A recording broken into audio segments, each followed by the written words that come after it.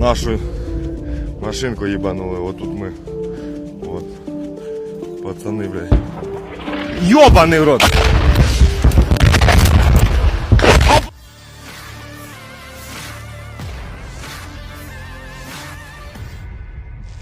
Inilah penampakan Strela 10 alias sistem rudal pertahanan udara jarak pendek Ukraina yang terbakar pasca dihantam serangan Rusia.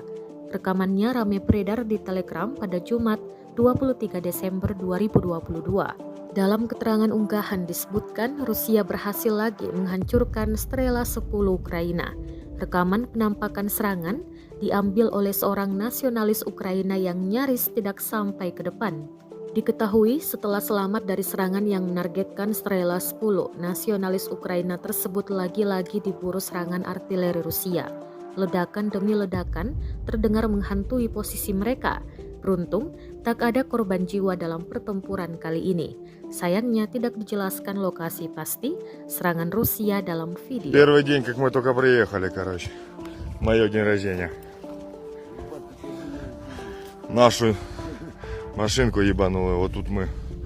Вот. Пацаны, блядь. Ёбаный в рот! Опа! Ёбаный в рот! Рядом, да? Добіг! Добіг! Оце, блядь! Еще одно день рождения, блядь! Фу, блядь! Всі живі? Де оцей, що був? А. Terima kasih sudah nonton. Jangan lupa like, subscribe, dan share ya.